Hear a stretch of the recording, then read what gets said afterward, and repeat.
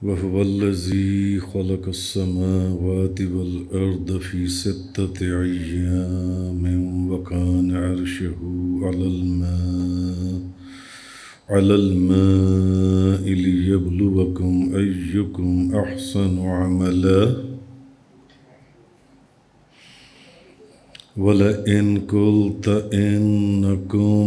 مبعوثون من بعد الموت ليقولن الذين كفروا إن هذا إلا سحر مبين۔ آج سورہ ہود کی آیت نمبر 7 سے بیان ہے، وہی ہے جس نے آسمانوں اور زمینوں کو 6 دنوں میں پیدا کیا اور اس کا عرش پانی پر تھا تاکہ وہ تمہیں آزمائے کہ تم میں سے کس کا عمل نیک ہے، اور اگر آپ ان سے کہیں کہ تم یقیناً موت کے بعد اٹھائے جاؤ گے تو کافر ضرور یہ کہیں گے کہ یہ صرف کھلا جادو ہے۔ تو آج آیت نمبر 7 سے بیان ہے کہ وہی ہے جس نے آسمانوں اور زمینوں کو 6 دنوں میں پیدا کیا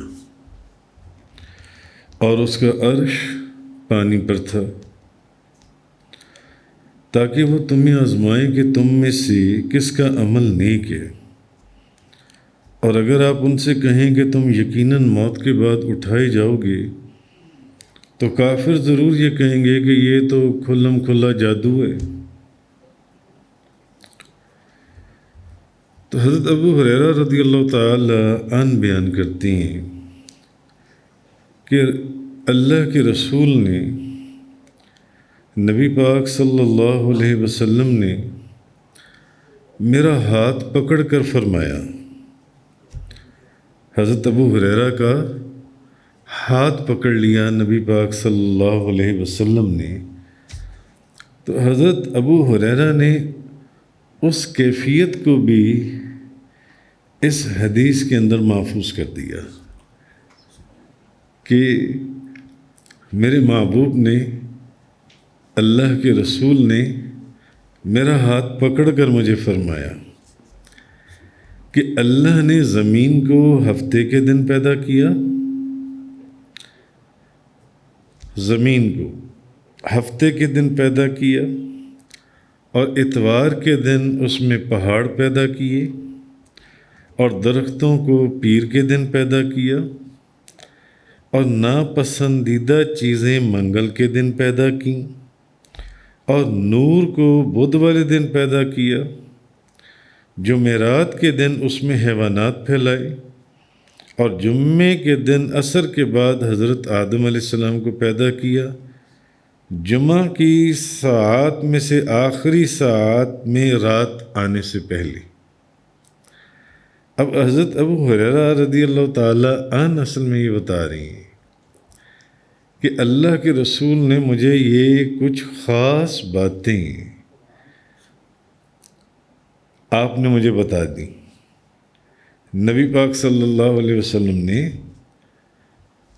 وقت تھا محبت کا، موج کا، اللہ کے رسول نے اس وقت حضرت ابو ہریرہ آپ کے قریب ہوں گے تو حضرت ابو ہریرہ کا ہاتھ پکڑا، اور حضرت ابو ہریرہ کو یہ خاص باتیں جون سی ہیں آپ نے بتا دیں کہ اللہ نے، اے ابو ہریرہ، اللہ نے زمین کو ہفتے کے دن پیدا کیا۔ اب یہ ایک غیب کی باتیں تھیں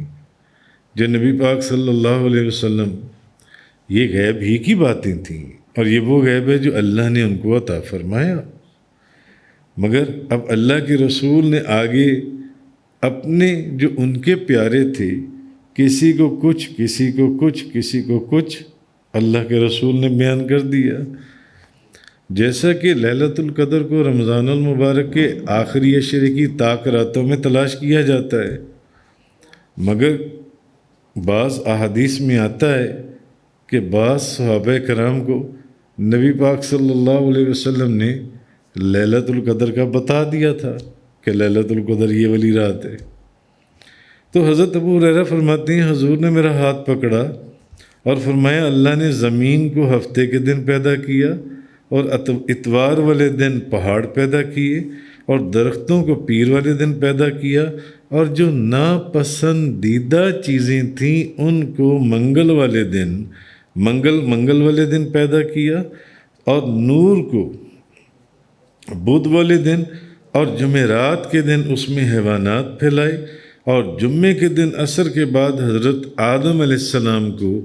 پیدا کیا جمعہ کی ساعت میں سے آخری ساعت میں رات آنے سے پہلے۔ اب یہ مسلم شریف کی حدیث ہے،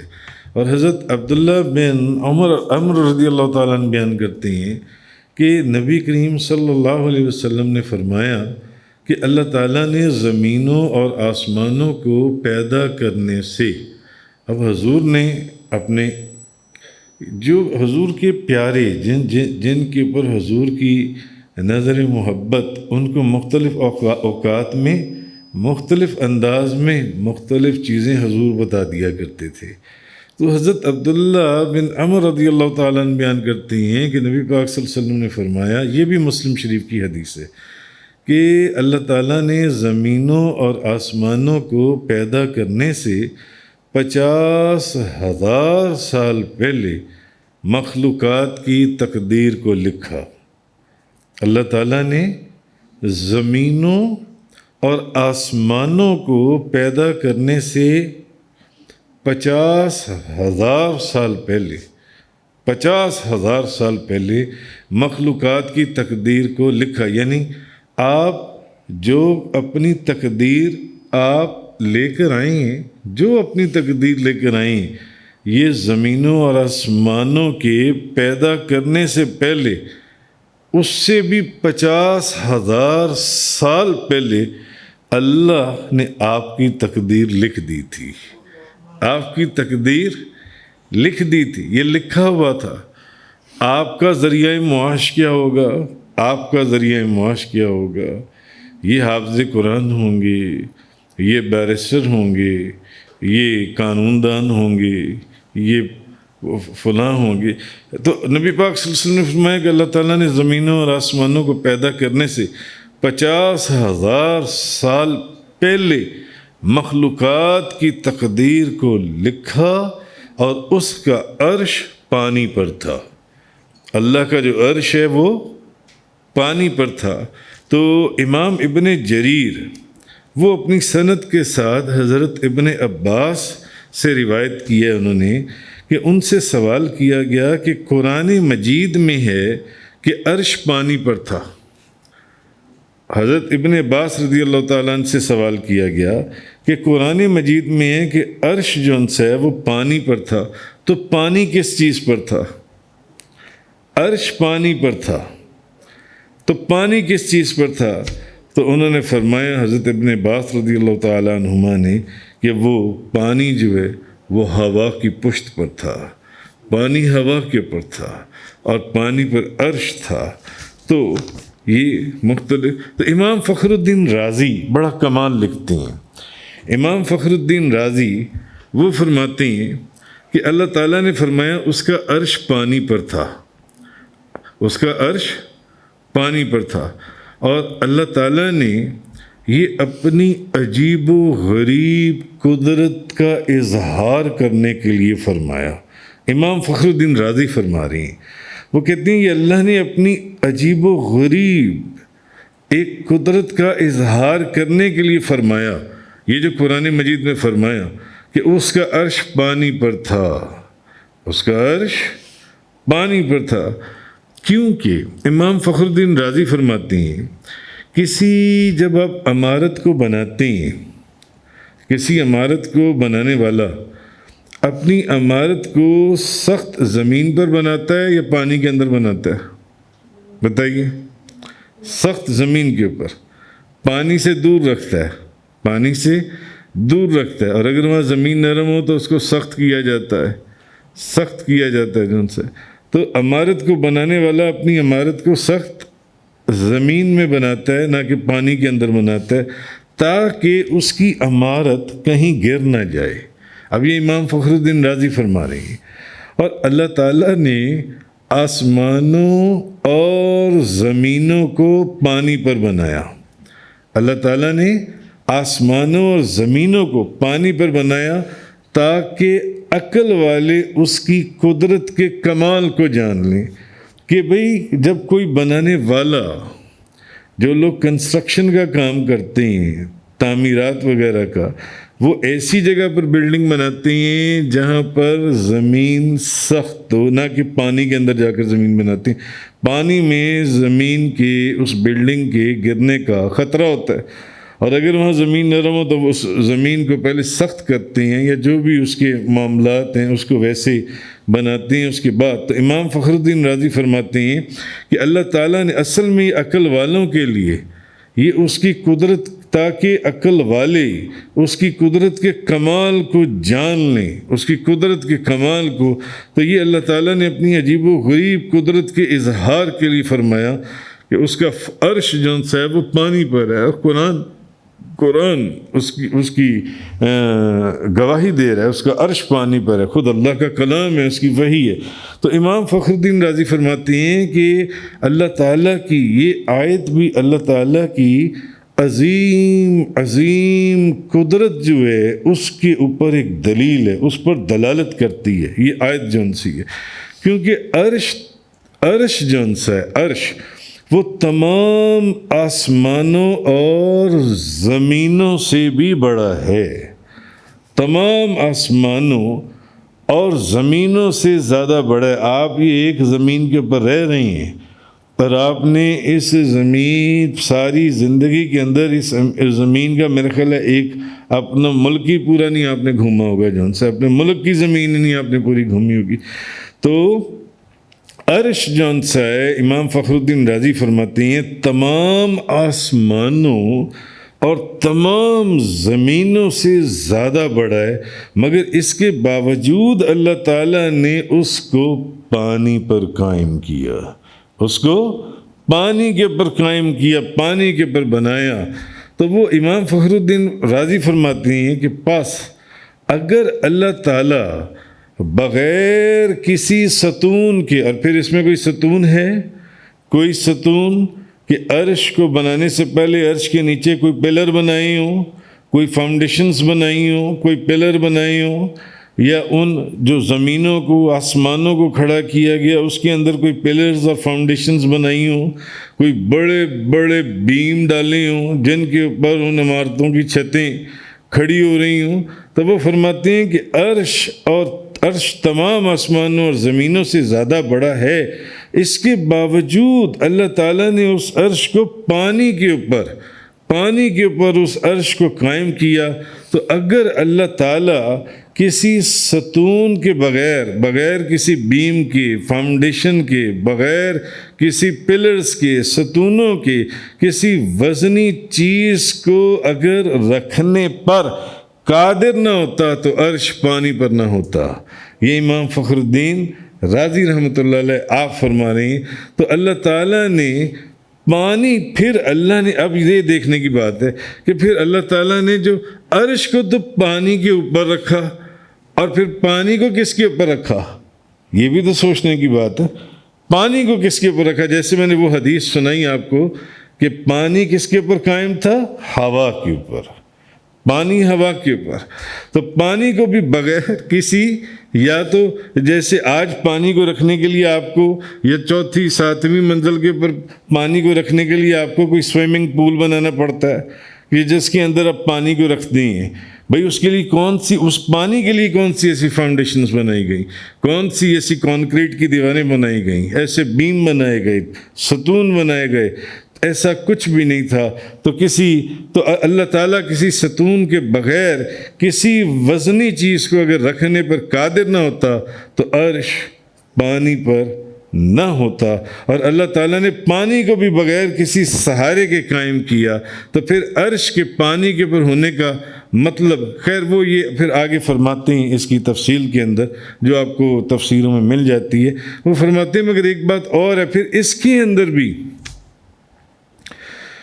کہ جون سا ہے وہ یہ نہیں ہے کہ عرش اور پانی آپس میں متصل ہیں. وہ فرماتے ہیں اس کی مثال اسی طرح ہے جیسے آسمان زمین کے اوپر ہے، جیسے آسمان زمین کے اوپر ہے. تو امام احمد اور امام ترمذی انہوں نے وہ روایت کرتے ہیں حضرت عبادہ بن صامت رضی اللہ تعالیٰ عنہ سے کہ اللہ کے رسول نے فرمایا اللہ تعالیٰ نے سب سے پہلے قلم کو پیدا کیا. سب سے پہلے اللہ نے قلم کو پیدا کیا، پھر اس سے فرمایا کہ لکھ، تو اس نے قیامت تک کی تمام پیدا ہونے والی چیزوں کو لکھ دیا. اللہ تعالیٰ نے سب سے پہلے کس کو لکھا کہ کس کو پیدا کیا؟ قلم کو. اور پھر اس قلم کو کہا کہ لکھ، تو اس قلم نے قیامت تک کی تمام پیدا ہونے والی چیزوں کو ان کے ناموں کو لکھ دیا. یعنی اللہ تعالیٰ نے لکھ دیا ہر چیز، اللہ نے لکھ دی ہر چیز. یہیں پر دیکھ لیں جو چیز آپ کو نظر آ رہی ہے یہ سب اسی وقت لکھ دی گئی تھی. اور پھر آپ کی تقدیریں زمین اور آسمانوں کے بنانے سے بھی 50,000 سال پہلے لکھ دی گئی تھیں. سب کی تقدیر لکھ دی گئی تھی جن سے. تو علامہ بدر الدین عینی حنفی آپ جن سے آپ فرماتی ہیں کہ اللہ تعالیٰ نے سب سے پہلے تاجدار دو جہاں محمد مصطفیٰ صلی اللہ علیہ وسلم آپ کے نور کو پیدا کیا، آپ کے نور کو پیدا کیا. تو علامہ بدر الدین عینی فرماتے ہیں کہ پھر کہ ہر وہ چیز یہ جو کہا جاتا ہے جس کی کہ اس کو سب سے پہلے پیدا کیا گیا، جیسے کہ حضرت جابر بن عبداللہ انصاری نے نبی پاک صلی اللہ علیہ وسلم سے ایک مرتبہ پوچھا کہ یا رسول اللہ ہر چیز کو تخلیق کرنے سے پہلے اللہ نے کس چیز کو پیدا کیا؟ تو حضور نے فرمایا یا جابر ان اللہ تبارک و تعالی خلق قبل الاشیاء نور نبی کا من نور ہی. اے جابر اللہ نے ہر چیز کو تخلیق کرنے سے پہلے سب سے پہلے اپنے نور سے تیرے نبی کے نور کو پیدا کیا. تو کہنے کا مقصد اب وہ آگے یہ فرما رہی ہیں کہ ایک حدیث میں ہے کہ قلم کو پیدا کیا، دوسرے میں ہے نور کو پیدا کیا. تو وہ فرماتے ہیں کہ یہ اس طرح ہے، اس کو ایسے سمجھیں جیسے کہ اس کو آپ نے ایسے سمجھا کہ آسمان زمین کے اوپر ہیں. تو وہ فرماتے ہیں کہ اس کو یہ اگلی مثال میں کہ اس کو اپنی بات ہر وہ چیز جس کے متعلق فرمایا گیا ہے اس کو اپنی بعد والی چیزوں کے اعتبار سے پہلے پیدا کیا گیا ہے. اور ہر چیز کل کائنات کی تقدیر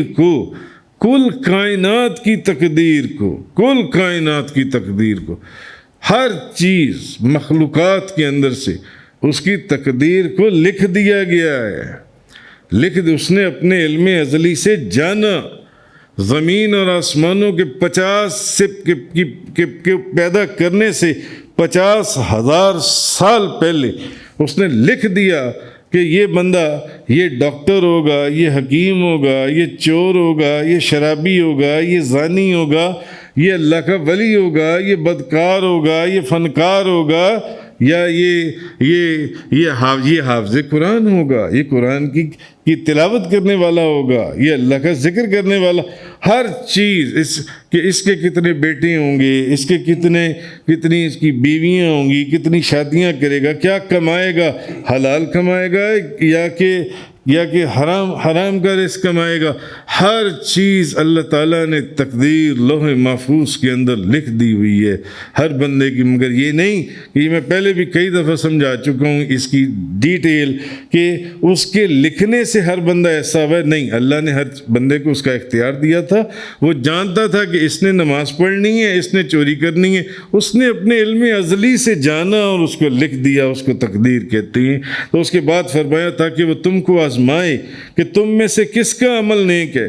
یعنی آسمان اور زمین ایسے نہیں پیدا کیے گئے، بلکہ مقصد یہ ہے کہ انسانوں اور جنوں کی آزمائش کی جائے کہ ان میں سے کون نیک ہے، کون ان میں سے نیک ہے، ان کو یہ دیکھا جائے جون سا ہے. تو آگے جو فرمایا اس آیت کے اندر کہ اگر آپ ان سے کہیں کہ تم یقیناً موت کے بعد اٹھائے جاؤ گے تو کافر ضرور یہ کہیں گے کہ یہ سب جادو ہے، یہ سب جادو کی باتیں ہیں، جادو۔ تو اصل میں اب وہ خود تو وہ اس حقیقت کو سمجھتے نہیں ہیں جو ان کو کہا جا رہا ہے، جو ان کو بتایا جا رہا ہے، اور اگر ان کو سمجھانے کی کوشش کی جاتی ہے کہ بھئی اپنی عمروں کو اس طرح ضائع نہ کرو اور اس سے لوگوں کے لیے وبال جان نہ بنو، بلکہ تمہیں مرنے کے بعد ایک دن دوبارہ اٹھایا جائے گا، تمہیں زندہ کیا جائے گا، تمہیں اللہ کی بارگاہ میں پیش کیا جائے گا